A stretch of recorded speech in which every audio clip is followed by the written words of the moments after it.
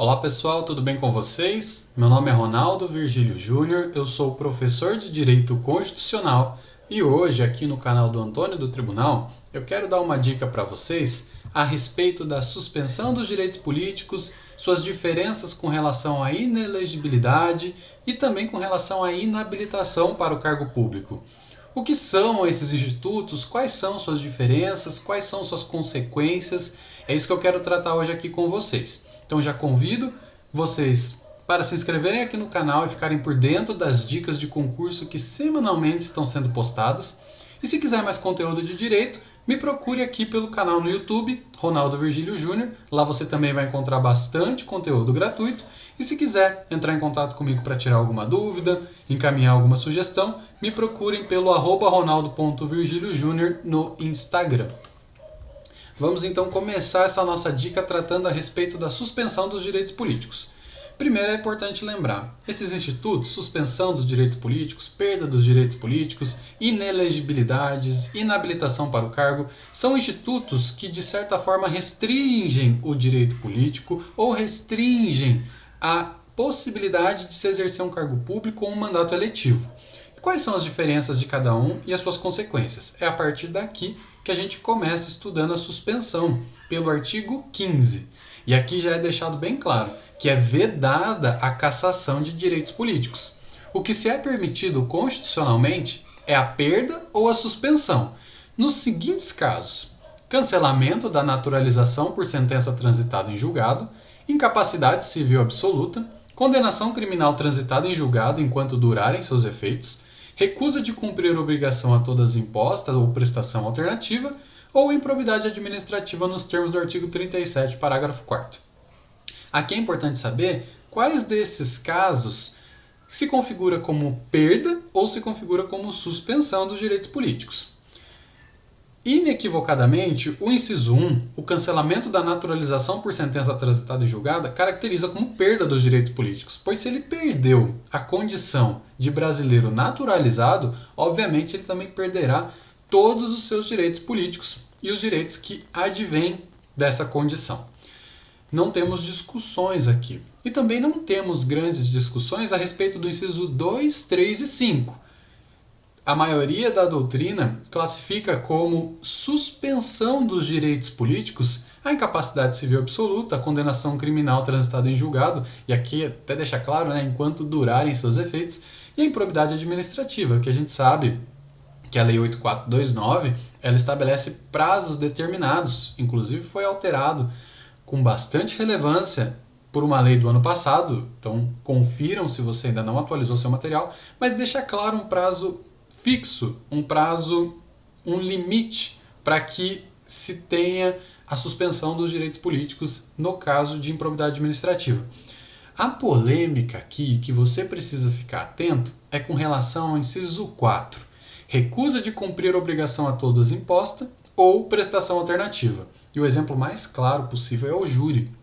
Uma pessoa, por exemplo, pode se recusar de cumprir essa obrigação que é imposta a toda a sociedade. Se você for convocado para atuar no tribunal do júri, você é obrigado. Você pode recusar? Em princípio, sim, desde que você cumpra uma prestação alternativa. Agora, se você também não cumpre a prestação alternativa, você terá as consequências legais advindas, previstas na Constituição e previstas na lei. Aqui, pessoal, a doutrina majoritária classifica como suspensão dos direitos políticos. Mas você que faz prova de concurso, fique muito atento, pois o ministro Alexandre de Moraes, que também é professor de Direito Constitucional, classifica esse inciso 4º como forma de perda dos direitos políticos. E como a gente sabe que a Fundação Carlos Chagas, por exemplo, se utiliza muito da doutrina do ministro Alexandre, é preciso ficar atento que, caso caia em prova, você fique ligado. Para o ministro Alexandre de Moraes, perda. Para a doutrina majoritária, suspensão. E quais são as consequências de se suspender os direitos políticos de alguém? A suspensão ela atinge a capacidade eleitoral ativa e a capacidade eleitoral passiva. Significa que a pessoa não pode votar e também não pode ser votado. Ronaldo, ela pode exercer algum outro cargo público? Por exemplo, através de concurso público, se a lei não restringir, ela pode sim exercer outra função. Mas normalmente a lei exige. Vocês vão lembrar do artigo 5º da Lei 8.112, que é o Estatuto dos Funcionários Federais. Lá se exige o pleno gozo dos direitos políticos. Se eles estão suspensos, a lei está restringindo a possibilidade de se assumir cargos públicos no âmbito federal. Tá bom, pessoal? Inelegibilidade. Ela pode ser absoluta ou ela pode ser relativa. Quando ela for absoluta, é uma inelegibilidade para qualquer cargo. E aqui é deixado claro na doutrina que só a Constituição Federal pode prever de forma taxativa as hipóteses de inelegibilidade. E o artigo 14, parágrafo 4º, faz isso, dizendo que são inelegíveis os inalistáveis e os analfabetos. E quem são os inalistáveis? O parágrafo 2º do artigo 14 nos diz que não podem alistar-se como eleitores os estrangeiros e durante o período de serviço militar obrigatório os conscritos.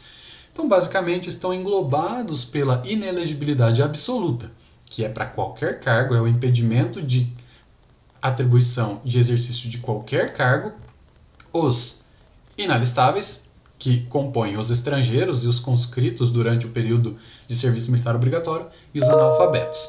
E a gente também tem as inelegibilidades relativas, que são situações específicas, para cargos específicos. E o artigo 14 também os prevê. Por exemplo, a reeleição consecutiva. O presidente da República se elege, ele pode concorrer à reeleição, mas a partir desse segundo mandato, ele não pode concorrer a um terceiro. Ele está inelegível de forma relativa, ou seja, uma situação específica. Também temos o caso da desincompatibilização no executivo.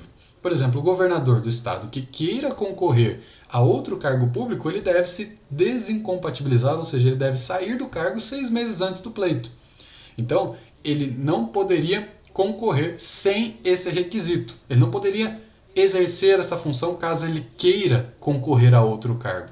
Uma inelegibilidade relativa. Em caso de parentesco, a inelegibilidade reflexa. Por exemplo, o filho do prefeito não poderia concorrer à prefeitura. Por exemplo, o prefeito ele candidatou-se numa primeira oportunidade, ganhou, foi reeleito e agora ele tenta colocar o filho no lugar, ou até mesmo colocar o filho como vereador. A Constituição não permite. É uma inelegibilidade reflexa, cujo motivo é o parentesco. E também outras formas de inelegibilidade previstas em lei complementar, como por exemplo a lei da ficha limpa, que proíbe a candidatura quando se tem uma condenação transitada em julgado na segunda instância.